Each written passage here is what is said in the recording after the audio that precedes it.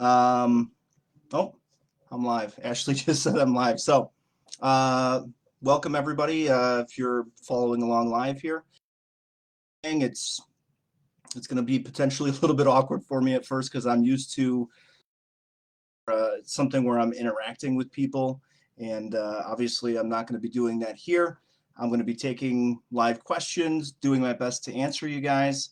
If I don't get to your question, or if I don't give a good answer and you want to go deeper, uh, feel free to reach out either to me or a moderator or screening team that can connect you to me, and I'll definitely do my best. But obviously, we're going to be mindful of the hour that we have here, and I'm going to try to answer as many questions as I possibly can.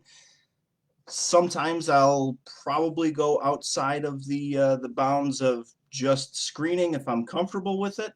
And if I don't know an answer or I'm not super confident, I'm for sure going to tell you I'm not super confident, but I'm going to give you my best shot. A couple of questions that we got before the live event. I'll roll through a few of those, and then obviously, if you have questions as we come along here, type them in the comments, and I'll try to get to those as well. So, first question that I'm going to address here is what would constitute excessive debt?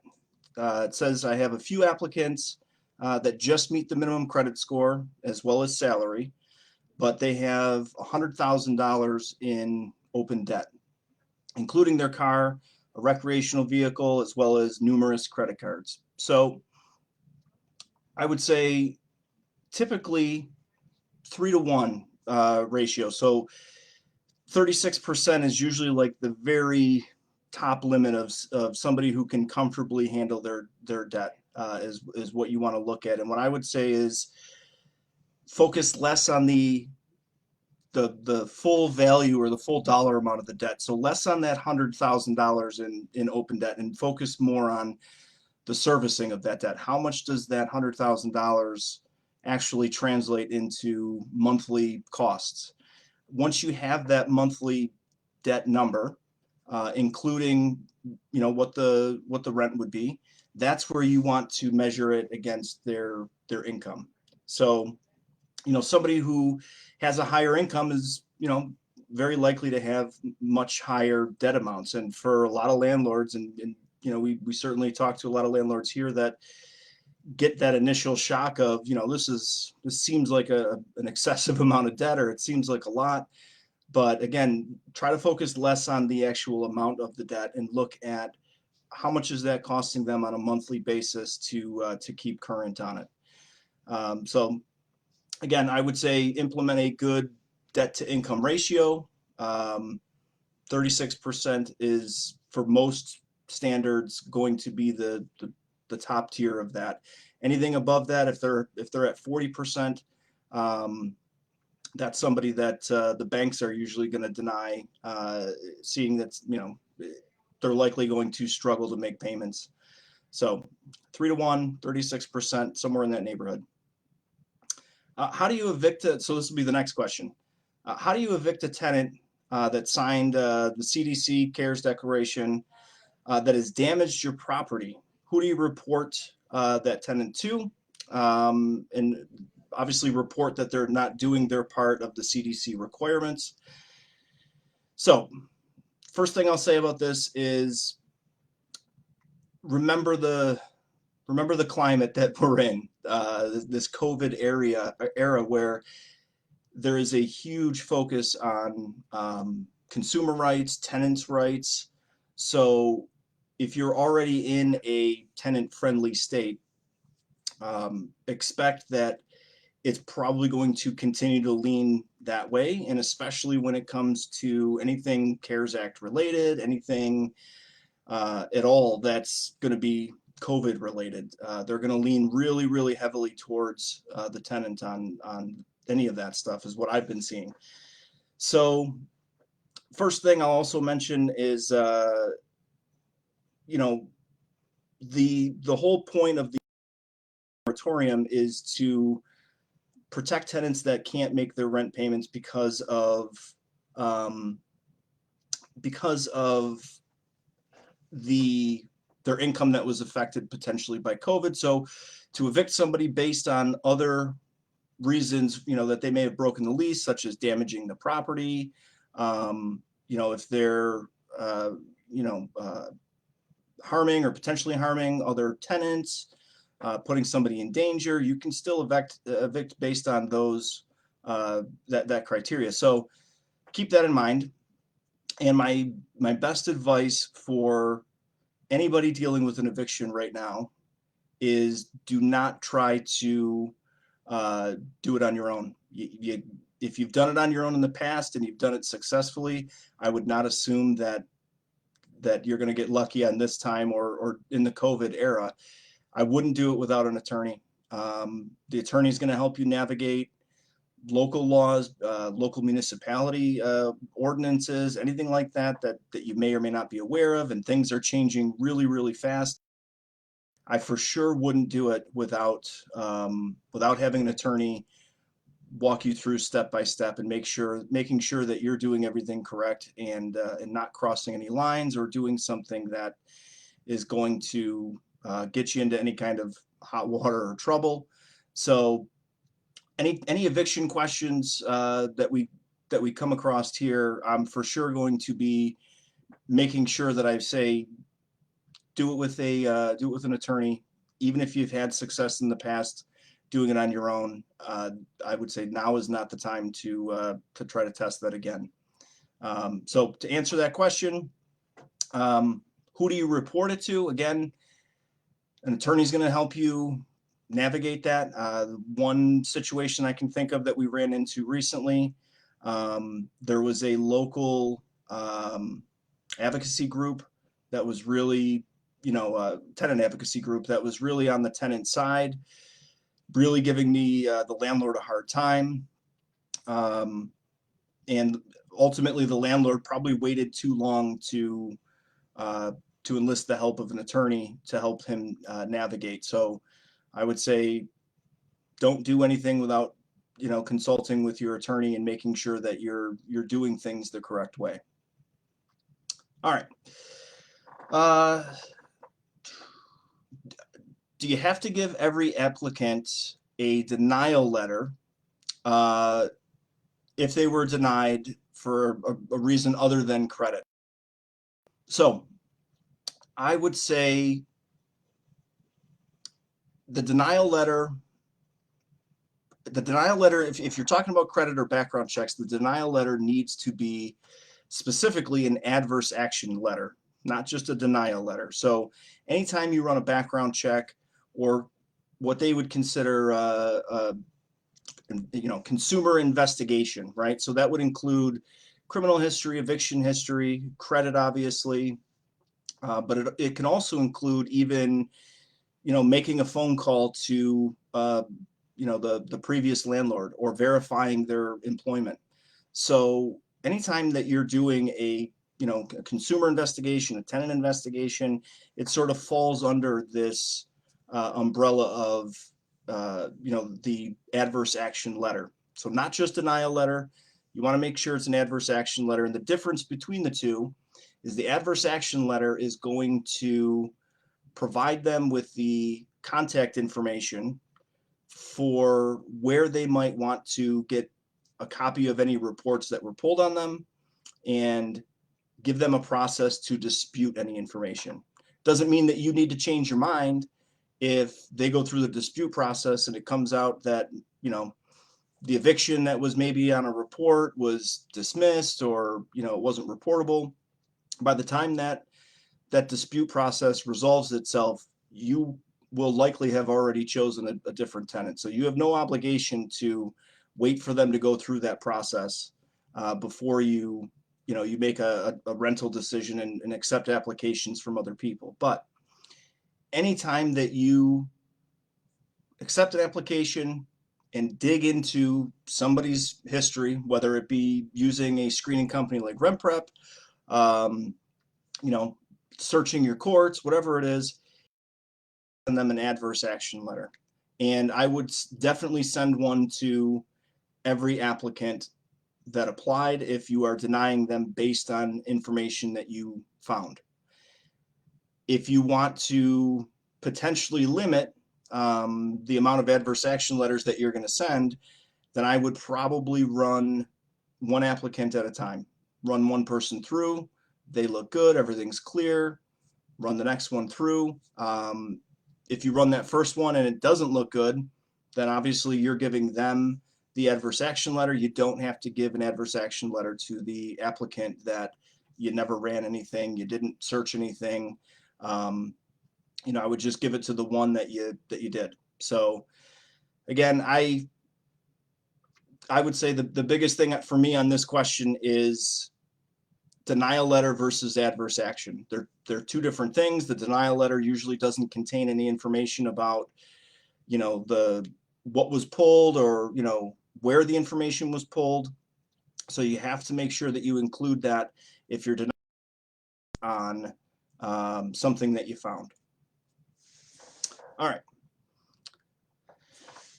Can you send this is the next question. Can you send a non-lease renewal to a tenant that has signed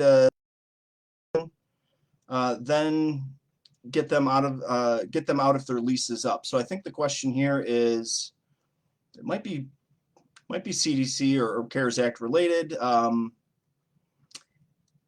Again, I probably would have answered this question differently a year ago. This would have been a pretty cut and dry issue, right?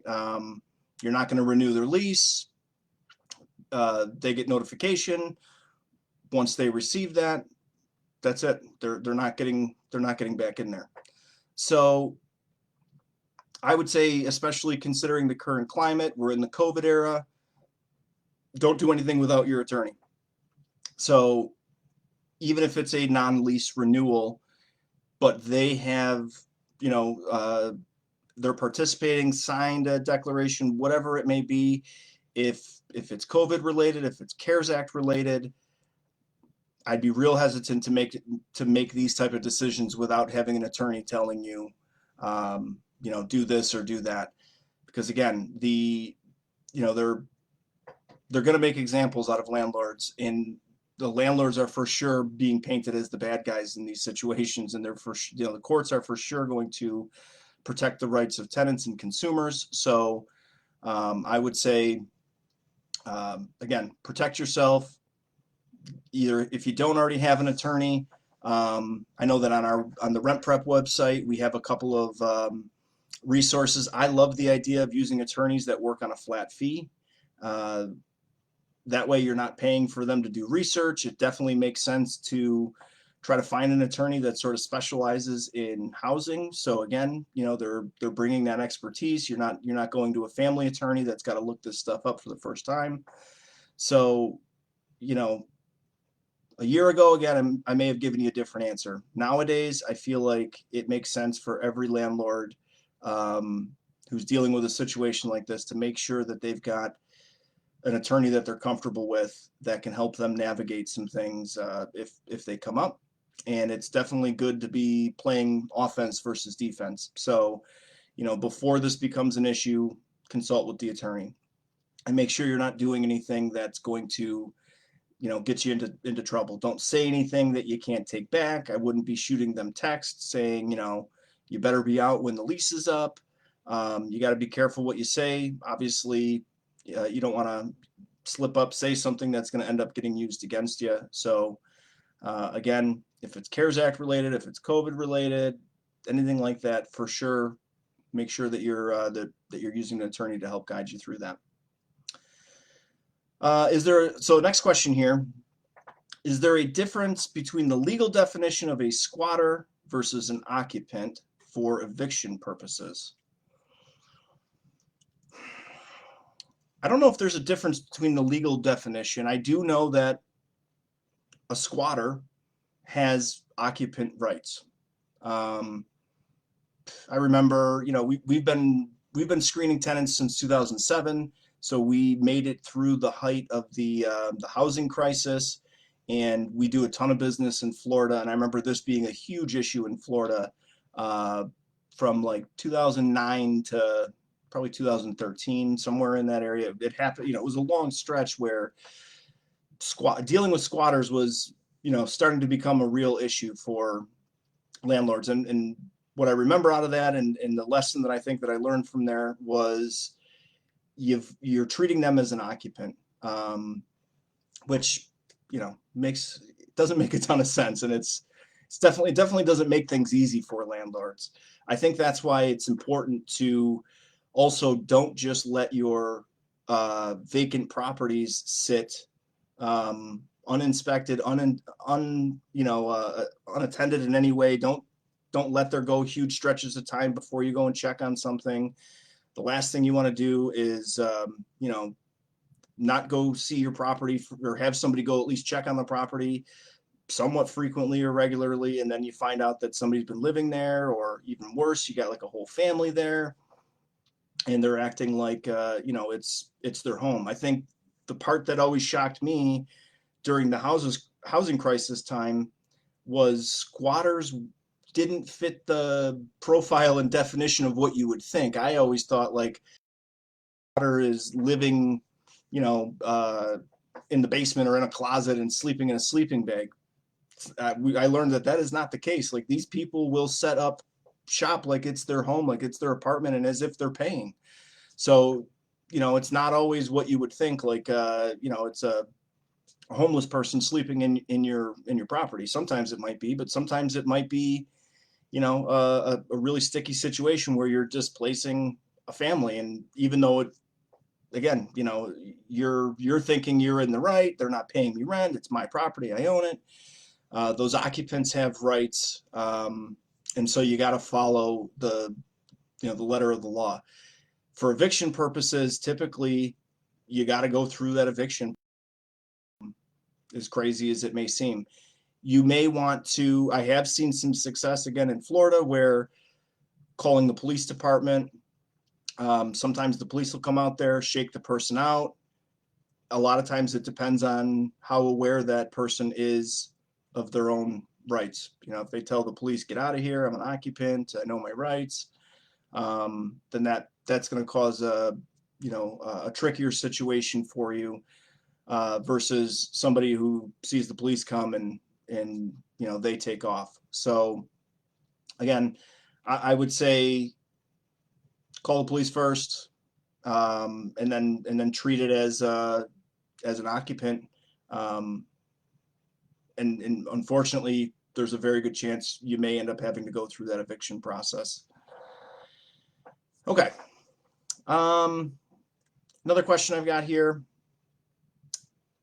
I think a renter is smoking inside the house. I have a signed clause stating no smoking. I've never done a house inspection before, but the lease states that I can enter after 24 hours notice. What's the best way to proceed? And why do you tell a renter that you want to visit the property? So, I would say every single landlord should be doing at least annual inspections, if not twice a year. It's not uncommon. It's not unheard of. It's not crazy. You don't have to portray it as you're in there checking on them and making sure they're not smoking. It could be useful to go in there and change out furnace filters, check light bulbs, check the plumbing, those type of things. So you can have a reason to get in there. You can have a list of things that you're checking, a checklist of things. And, if you're super uncomfortable and you don't want to go in there and do that, there are a lot of third-party companies around now that will do that. So a couple of years ago, we saw this huge boom of, I would call them absentee landlords, not necessarily in a bad way, but landlords that, were purchasing properties out of state and they couldn't be there to service them. And so I would say probably in the last 5 to 10 years, I have seen a huge boom in the inspection, property management, maintenance. That whole industry has totally changed. So if you're not comfortable going in there and do it, you can certainly find somebody that is. But at the very least, I would say once a year, you want to go into that property and do an inspection. If you, I would say on the a little bit more aggressive end, twice a year, but at the very least once a year. So if you go in there and you see evidence of them smoking, obviously, they've broken the lease. If you go in there, you don't see any evidence of them smoking, but you have some suspicions, or even if somebody else, you got another tenant that said, hey, they're smoking, it's bothering. You can get we have one on our site you can find. I think we may even have one in our in the Facebook community inside of the units for in the forums. There is a no smoking reminder letter that basically says, hey, you've agreed to not smoke. There's some suspicions that you're smoking. I'm giving you a warning. And now you have some document. If this continues to be an issue, that you can use this as part of your documentation if you have to go through an eviction process for them breaking the lease. So documentation is huge. If you're not using the forms, you should always be documenting anyway. Every conversation, every inspection, every visit that you're doing. I know it seems excessive, but again, for landlords who really want to make sure that they're protecting themselves, it's not unreasonable to document everything that you're doing, so something doesn't come back and bite you later on.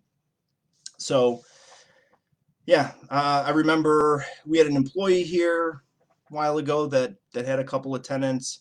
He had a no smoking policy, and he went up inside of the tenant's unit to do an inspection, and he found a coffee can full of cigarette butts. So obviously that's plenty of evidence to say, hey, you broke the lease.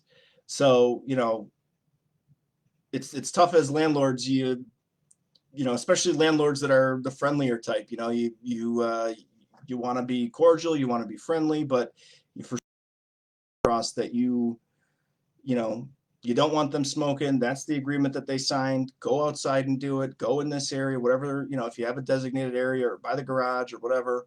But you got to stay on top of that stuff, and you can't let it get to the point where you're looking to evict them and they haven't even received a notice or a heads up or a warning or anything like that. So you want to document anything that you've done along the way, and you want to be sure that that you're getting into that unit semi-regularly to inspect it. I feel like that's super important. A lot of landlords could head off a lot of the issues and problems that they run into if they were doing those at least annual inspections. Twice a year, like I said, it's not crazy. I know a lot of landlords that do twice a year. For my rental property, it's twice a year. So and again, we do it based on the premise that we're going in there to change filters, check the plumbing, make sure the toilet's not running, all those things. And we even do light bulbs and things like that. So it gives us a reason to get in there. Okay, next question. Do I have to send an adverse action letter to an applicant that I never conducted a background check on? No, you don't. If you wanted to send them a denial letter, you can do that, but not an adverse action letter is specific to background check or a consumer investigation, consumer investigative report. So if you didn't get to them, let's just say that you had a pile of 10 applicants and you ran the first one, they looked fantastic, and so now you're going to deny 9 other applicants. You do not need to, if you didn't run anything on them, you don't need to send them an adverse action letter. So usually the easiest way out of that is however you've been communicating with them. If it's an email, shoot them an email. If it's a phone, hey, appreciate your interest. We ended up finding somebody that was a really good fit. For this reason, I would say always also make sure that the application fees are either easily refundable, or if you're not collecting them, not a big deal. The majority of complaints that we see here at RentPrep and running background checks is almost always based on the application fee. Somebody can stomach the idea that they didn't get the apartment they wanted, but it's a much tougher pill to swallow if they paid to just to apply, and then they were denied, and they're going to lose that money. For years, I would preach that you have to put on that application that the application fee is not. I totally believe that landlord's time is worth something, and you're charging an administrative fee, you're charging a fee just for your time to look at it. I would say I don't feel that way necessarily anymore. It is not worth the trouble. So many times we've seen situations where the fight was really, at the end of the day, the fight is about the application fee. So I would steer landlords more and more away from this idea of a non-refundable application fee. Now, if you ran their background check and you've got some sunk cost into it and you want to push back on the application fee a bit, fine. If you didn't run it, give them that money back. But even in the cases where you may have ran it and you're denying them and they start really giving you a problem, usually the fastest way to resolve it, if you can put your pride and principle aside for a second, the fastest way to resolve it is give them their money back and get them out of your life as fast as possible. So that would be my recommendation there. Okay. Can you call the police to? So there's another question. Can you call the police to report damages on a tenant that has broken windows and punched holes in the walls if they signed a CDC declaration? Maybe they can be arrested for property damage.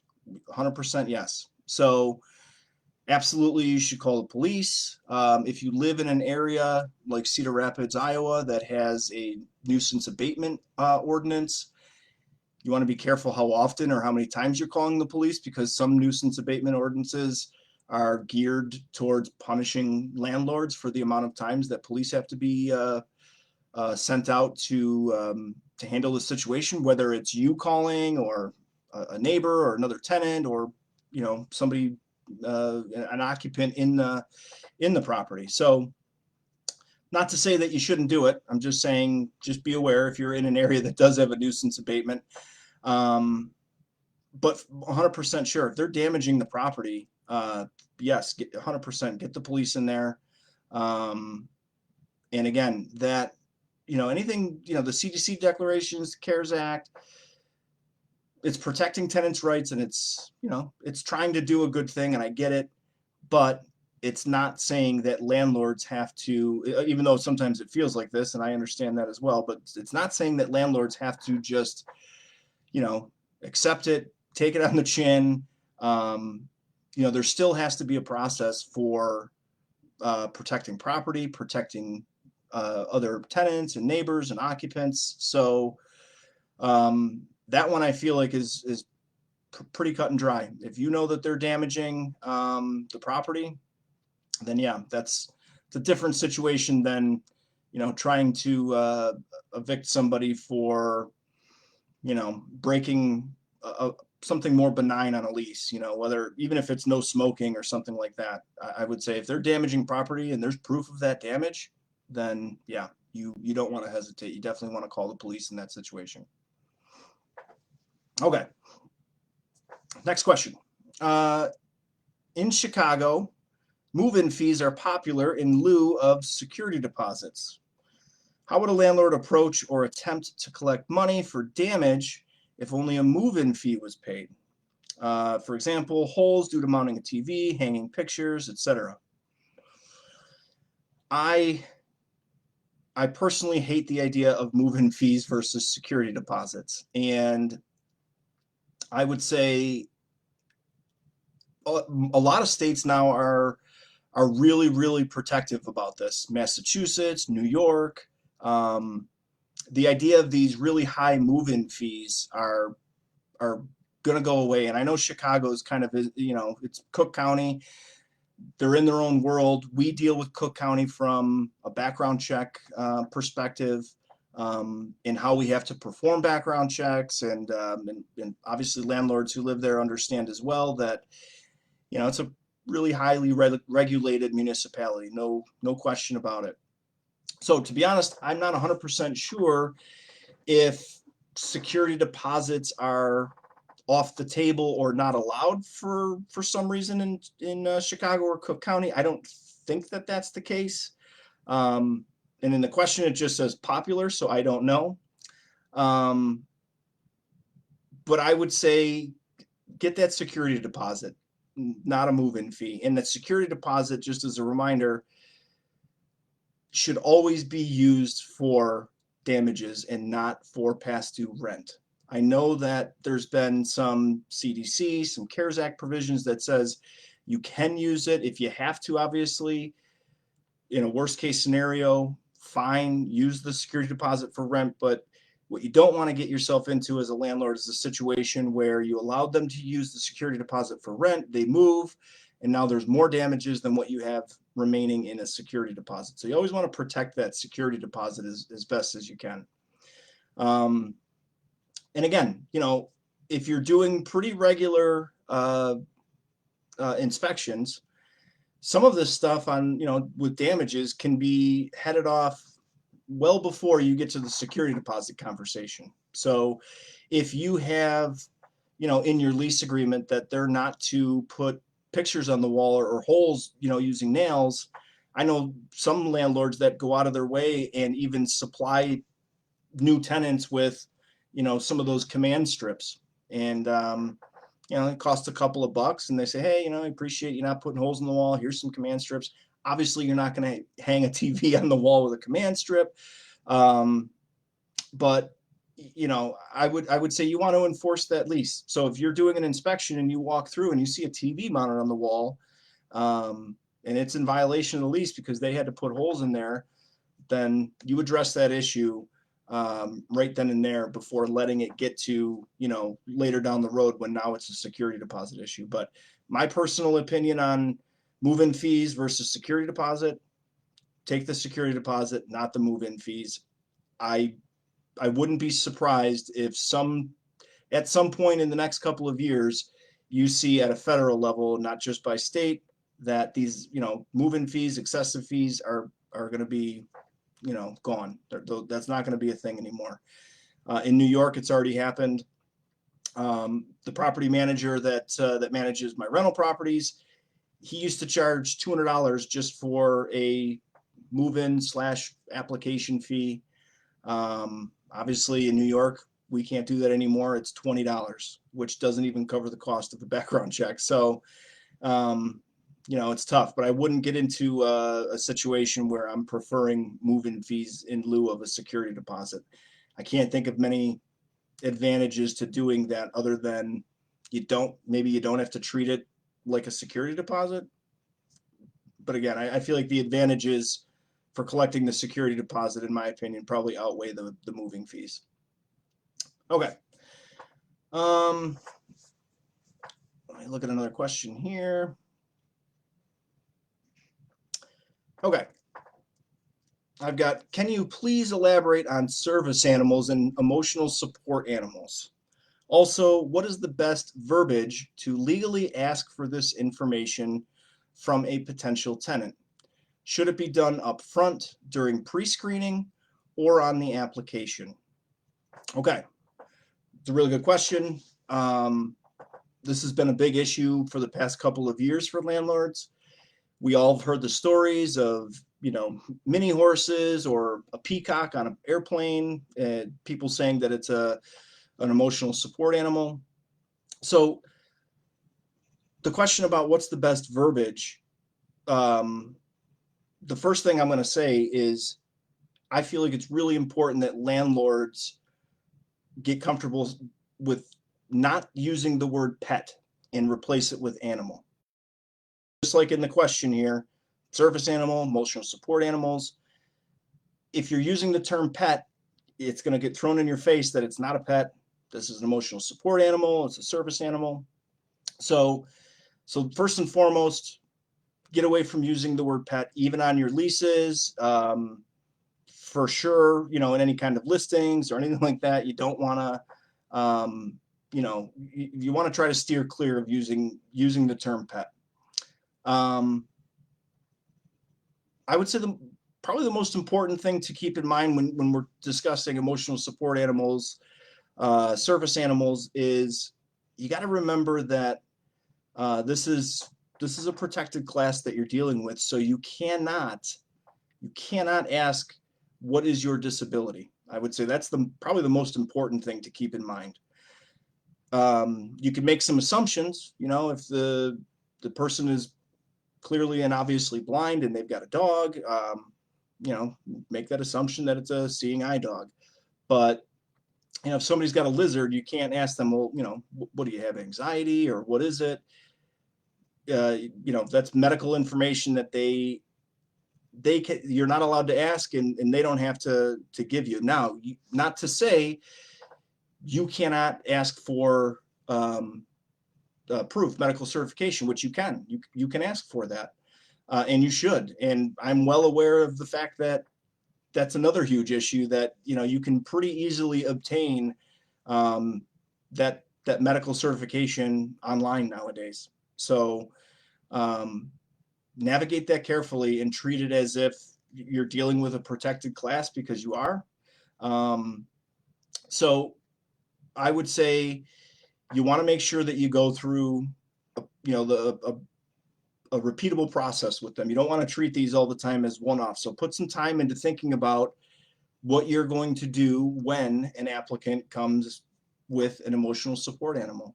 And that process should be, okay, I understand. I'm going to request that you submit your certification. So can you provide that to me? And, if you're dealing with a situation where it's going to another tenant. So a good example of that would be, you've got a tenant who has severe allergies, that lives across the hall. The building is, a no animal building because of that, or whatever. Then you've got a little bit of wiggle room to be able to make a decision based on that. And same thing goes for, this is kind of a dangerous, but a little bit of a slippery slope here if we're talking about like insurance policies. So obviously there's some restricted breeds. You should know with your landlord insurance, if if somebody coming in with a restricted breed is going to make you lose your insurance, which would cause undue hardship. And so in that case, you may also be able to push back and say no. Otherwise, there's really not many exceptions. I feel like this is in its infancy, this whole idea of, especially emotional support animals, less service animals, but emotional support animals. This is a relatively new issue, and I don't think anybody's got a really good handle on it, to be honest with you. So, I look forward to getting some clarity on this in the future, and maybe creating some tighter parameters around it, and hopefully it stops being abused to the level where it is now. I'm always kind of shocked when I'm walking around a grocery store and I see somebody carrying a dog in their arms, and I mean, it's just stuff you'd never see 10 years ago or 20 years ago, but this is the world we're living in now. So you've got to make sure you're, in this case, anytime with an emotional support animal or a service animal, you really got to make sure that you're following the rules, because again, you're dealing with a protected class. So the last thing you want is to infringe on somebody's rights, and then you've got all kinds of alphabet advocacy groups coming after you for penalties and damages. Okay, next question. Do you have any idea when the ERAP, the ERAP funding, so that's the emergency funding, is going to be available again in Western Washington? I don't. However, I just listened to a TransUnion legislative conference a couple of days ago. I know that Arizona just opened their funding back up 2 days ago. I think I was on the conference call.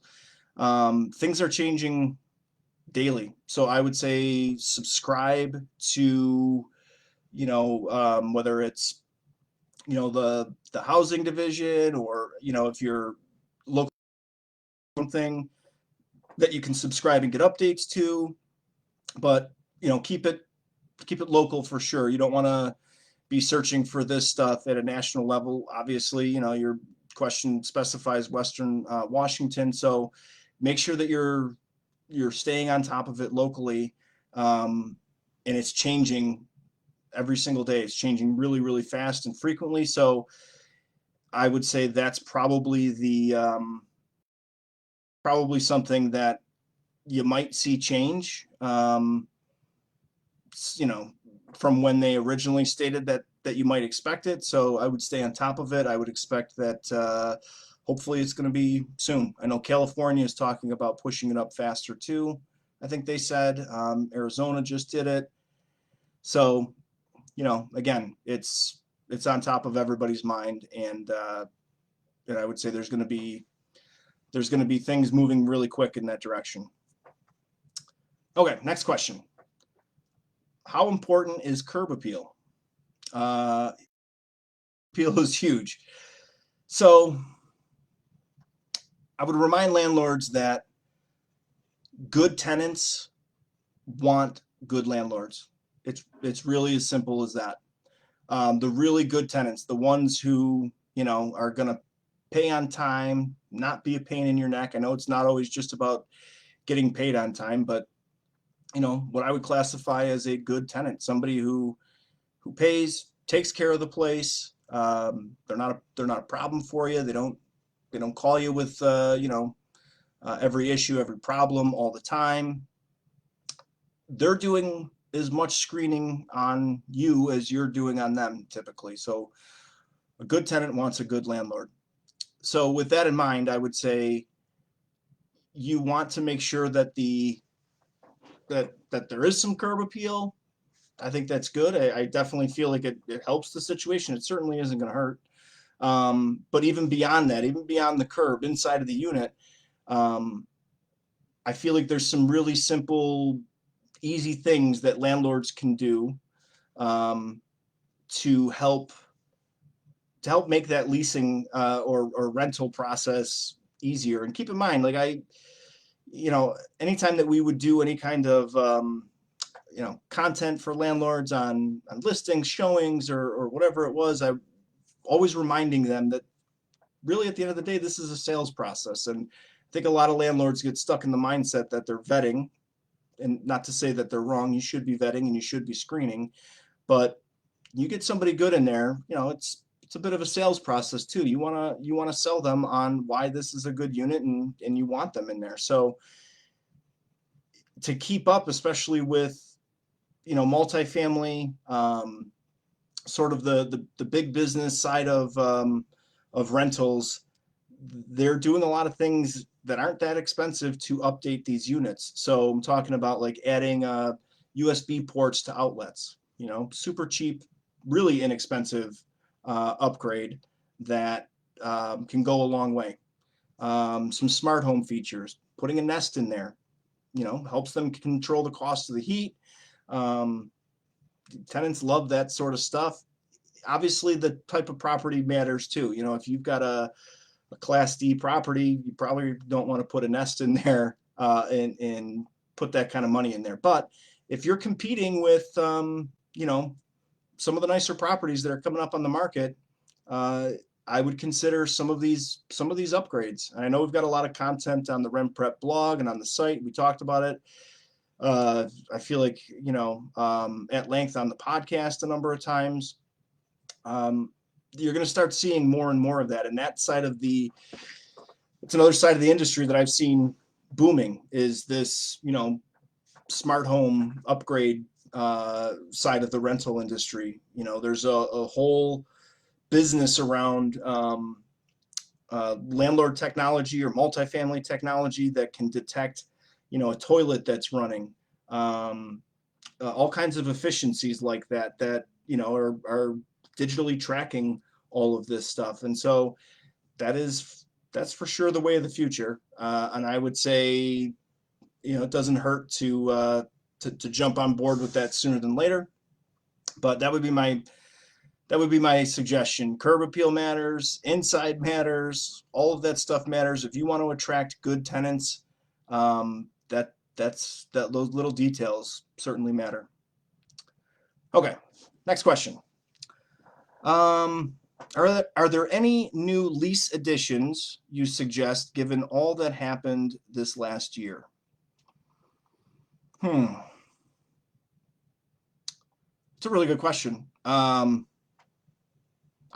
not seen anything. Kind of surprising, and it makes me definitely wonder, is there any potential lease additions that would potentially be useful to add or add an additional layer of protection for landlords?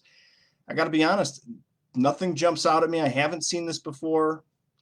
It doesn't seem crazy, but I've never run across it. I would say I don't know how much you're going to do when it comes to, it's not like you can put a clause in there that says, or, an addendum on your lease that says, not paying, you're still going to get evicted, and you understand that, and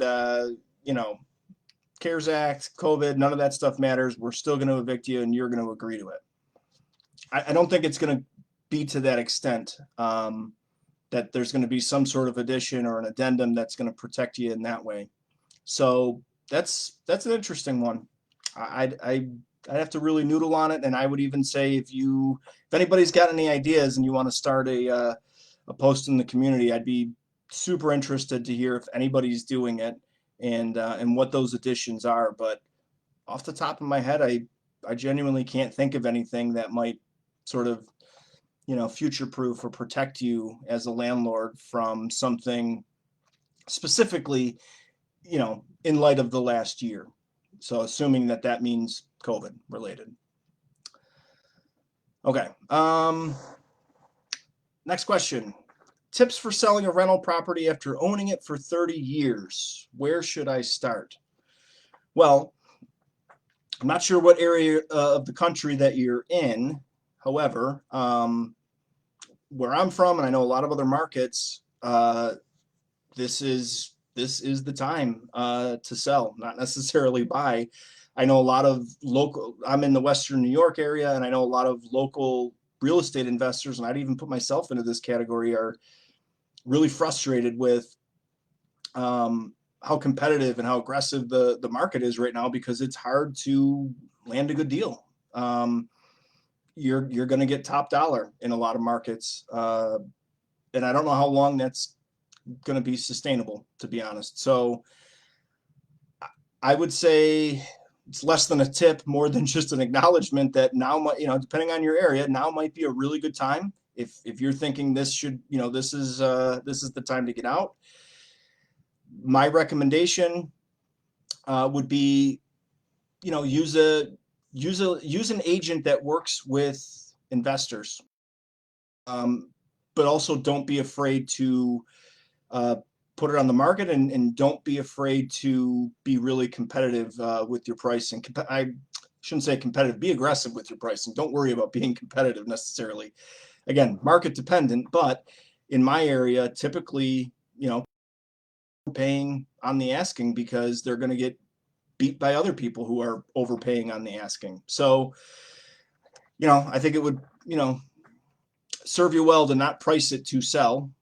Price it, with the make me sell it price, and you might be shocked what you get. I know in my area here, again, I'll point back to an employee that had a property that he bought maybe 6 or 7 years ago. I think the purchase price was $120,000, and he just sold it at the beginning of last year for over $250,000. So, and he really didn't do a ton of updates in it. He redid a bathroom and a kitchen, and I think he put less than $5,000 into those upgrades. And he's had long-term tenants in there the entire time he owned it. So I don't think every situation is like that. I mean, that's like a real estate investor or a landlord's dream to turn a property over like that, but it's out there, and I feel like the market's good right now to do it. So I don't think you're going to have much issues probably for selling that. I would go to an agent who can really help you out with that and get that thing on the market as fast as you can. Next question. Must or should we permit a tenant who has been paying rent to use their security deposit as the last month's rent? To my understanding, you don't have to. It's permittable that you're allowed to use the security deposit for last month's rent. So it's not a must, and I would say should be, it's situational. I would say it's based on whatever the situation is. If they haven't brought it up to you, I mentioned earlier, you always want to try to protect that security deposit. I've seen it happen time and time again where a landlord will let a tenant eat into that security deposit, if not, let the well run dry. And I've even seen landlords who take late fees out of security deposits. That's a huge no-no, obviously.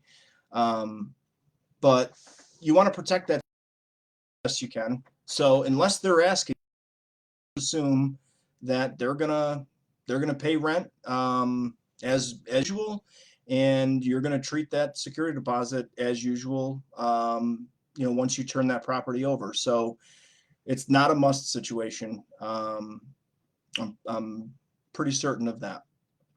Okay. Next question.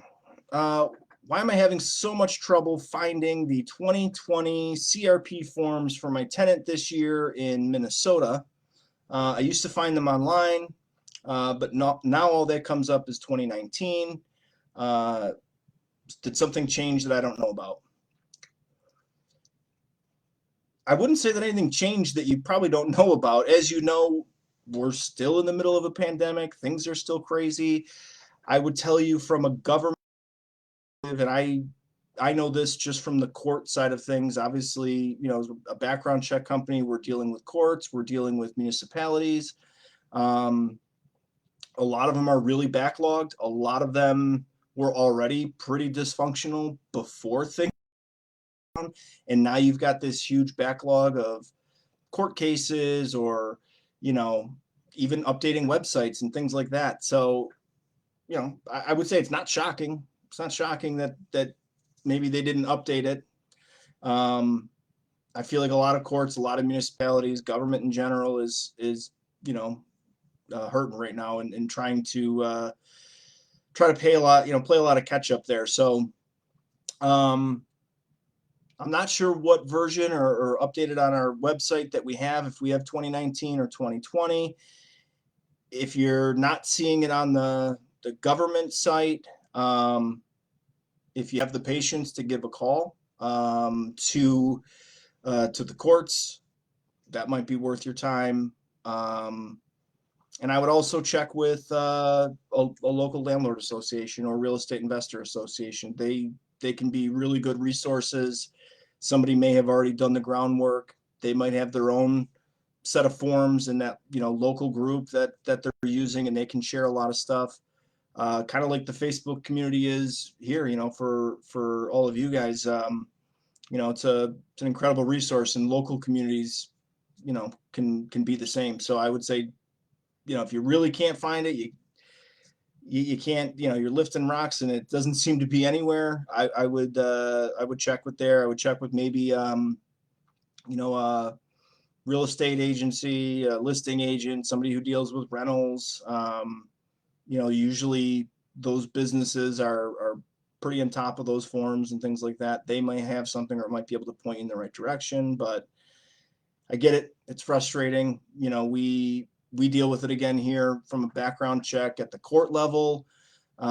We've seen some crazy stuff this past year. We've seen entire states like Arkansas just flat out say, we're not retrieving records for you anymore. We don't have time or people.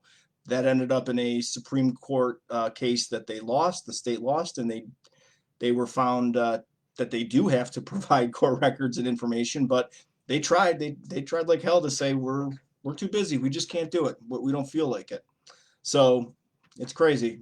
It's crazy times that we're living in. I've been in this industry over 20 years and I haven't seen anything like it. So it's definitely different. Okay. Next question. What are your thoughts on the new sites coming out that are reviewing landlords? Oh boy.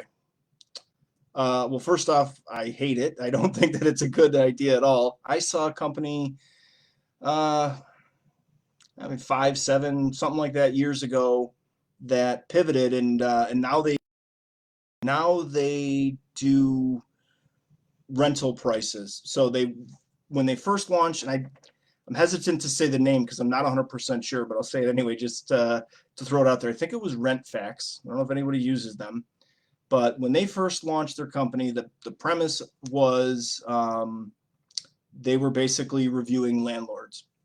They found out the hard way that it's really tough to keep the reviews honest and unbiased from people who are just upset and maybe just wanted to slam landlords or whatever.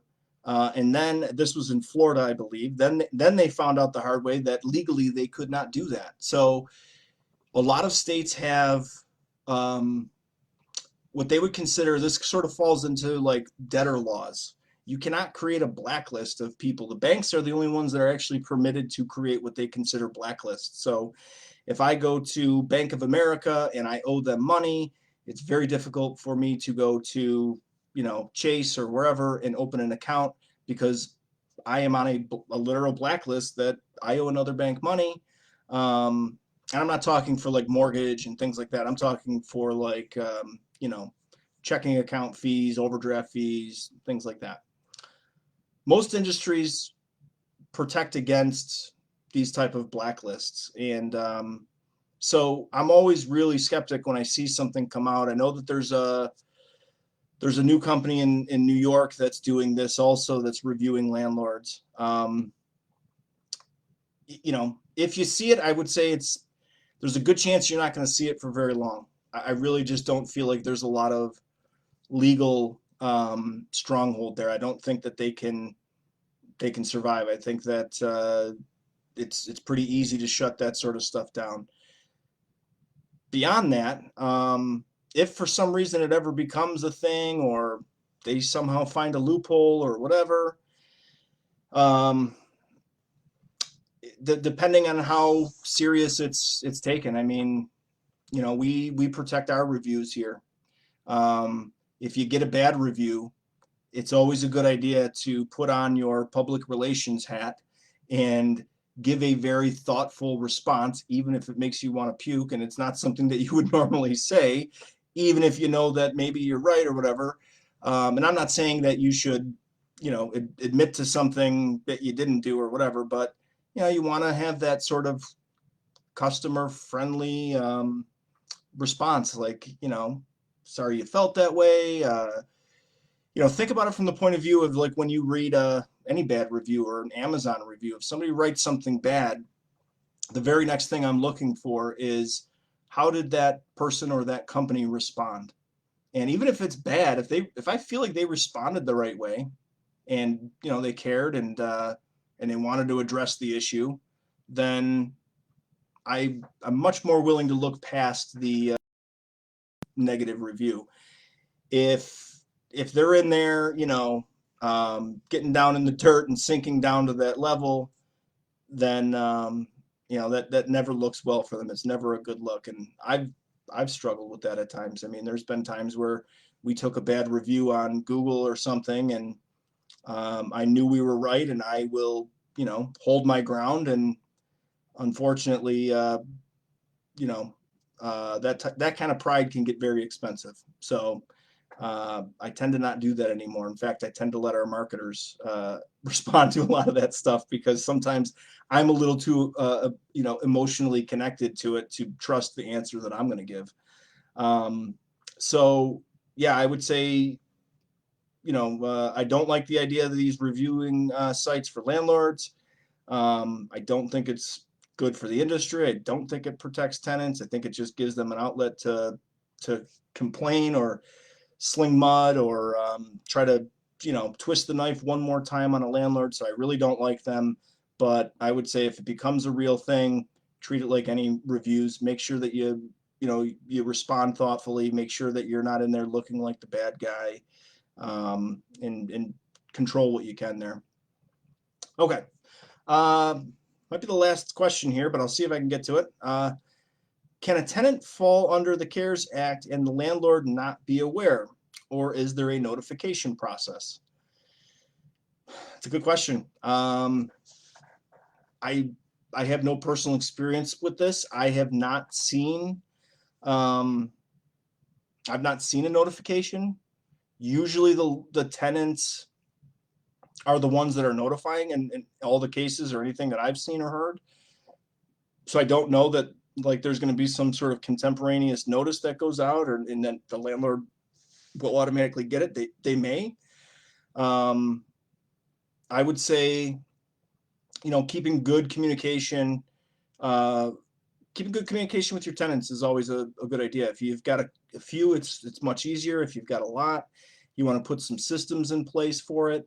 It's never a bad idea to, especially, in, a pandemic, it's a good reason to reach out and connect with your tenants. I'm not saying obviously you've got to be best friends and, ask them all kinds of personal stuff. Sometimes it's just something simple like, hey, want to make sure you're doing okay. Or, hey, just following up with you here. Your lease is coming up in a couple of months. Just wanted to see that you're doing all right, whatever, however icebreaker that you put in there. But, it's a good idea to have that, that communication, that regular communication. So if you've got that, they're probably going to let you know. If they're not paying, they're probably going to let you know that they're this is a CARES Act issue, or you might identify that's a CARES Act issue. So I would say good communication. I'm not 100% sure on the notification process. So, okay. I think that's it, guys. Yeah, went a little bit over. It's all right. Good questions. I hope I at least did a sufficient job trying to answer them. I apologize if it was a bit awkward. Like I said, I'm not very used to talking to my screens and a camera without having any kind of interaction or feedback. So a little weird there, but good questions, and I hope it helped at least some of you. Happy landlording. Wish all of you the best. If you have any follow-up questions, again, post them. Reach out to the moderators, and we'll keep an eye on them, and I'll try to follow up with as much as I can on them as well. So that's it. Have a good night, everybody. Thank you for your time. Thanks for joining, and thanks for being a part of the community.